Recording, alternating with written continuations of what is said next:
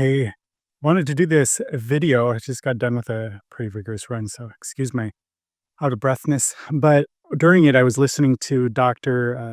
Burke, who's I'm part of a mastermind with her and other doctors, coaches, providers, etc.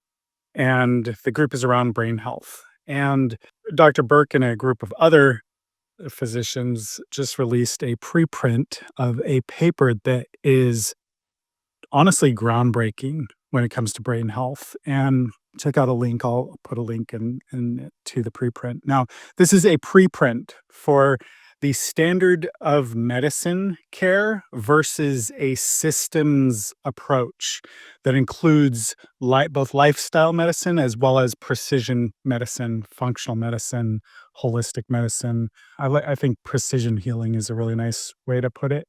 As always, this video is for educational purposes only and does not constitute medical advice or create a doctor-patient relationship. And it very clearly shows an improvement of a number of things, but memory, composite memory, brain processing speed, neurocognitive index, and these are using the standard of care, a number of the standard of care questionnaires. So this is not somebody making up their own brain health questionnaire just to try to get good responses in their particular group. This is what again, standard of care questionnaires. And, there's obviously, this is a preprint. So what happens with a preprint is they get to get a little bit of feedback. They do have a preliminary that it will be accepted in the Journal of Alzheimer's, I think it is. But a preprint allows them to get some like professional feedback so that they can, defend themselves, make it cleaner, maybe improve some sections, really just improve it. And that the paper is, I think, led by Dr. 𝗙𝗵𝗏 who's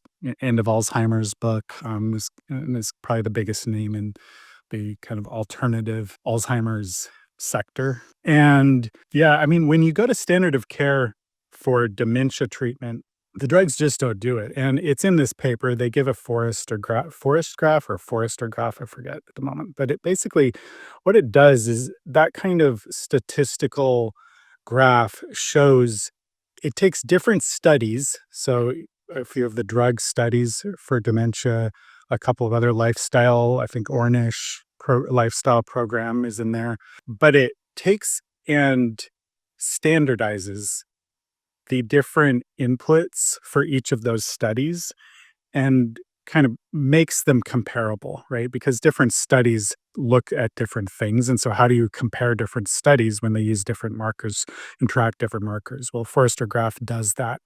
And it shows, I mean, it's just hands down a lifestyle and precision medicine gives improvement as long as now the people in these studies were not advanced dementia. So I should be upfront about that. Probably one of the biggest knocks against it is that it's not double-blind, placebo-controlled, but you can't do lifestyle and precision medicine double-blinded. It's kind of impossible, right? Because how do you keep someone from knowing that they started exercising more, right?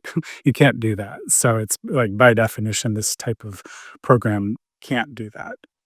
And another one is that I think 70% of the people in the study were both in the control arm and the treatment arm were very highly educated. So 70% had at least graduated from college, if not even more advanced degree. So that definitely predisposes to people just with higher income, higher level of awareness in terms of maybe being able to gather the resources to do this type of program, because it is extensive. It does take commitment, takes time, and it takes money.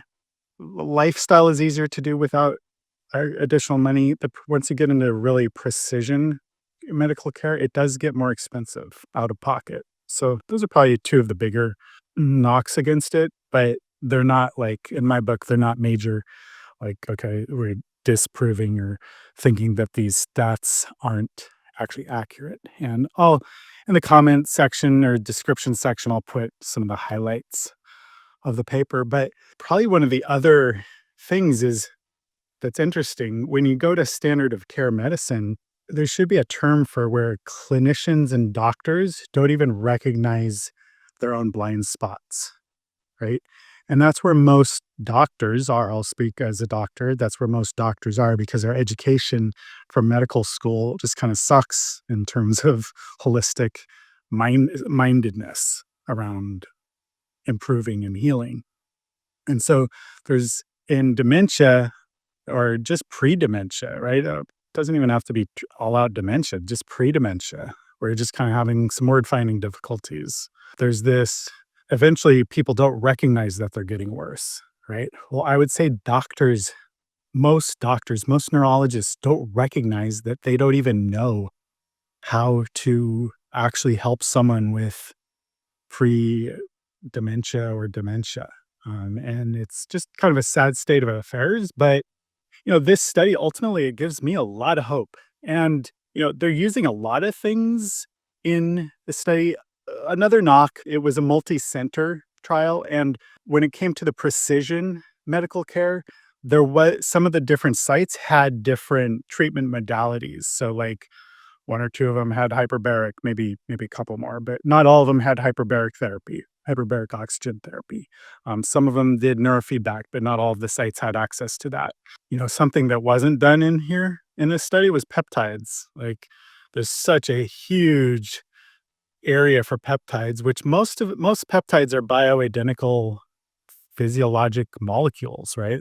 They're molecules that our body actually makes, and you're just injecting bioidentical molecules. Ideally, should you not need to use peptides? Absolutely. But when you're when you've progressed a certain amount, peptides can be a huge improvement additionally. So there's a lot of therapies that weren't even included in this paper. And so imagine, take a look at the graphs. I'll put maybe one or two images, but take a look at the paper.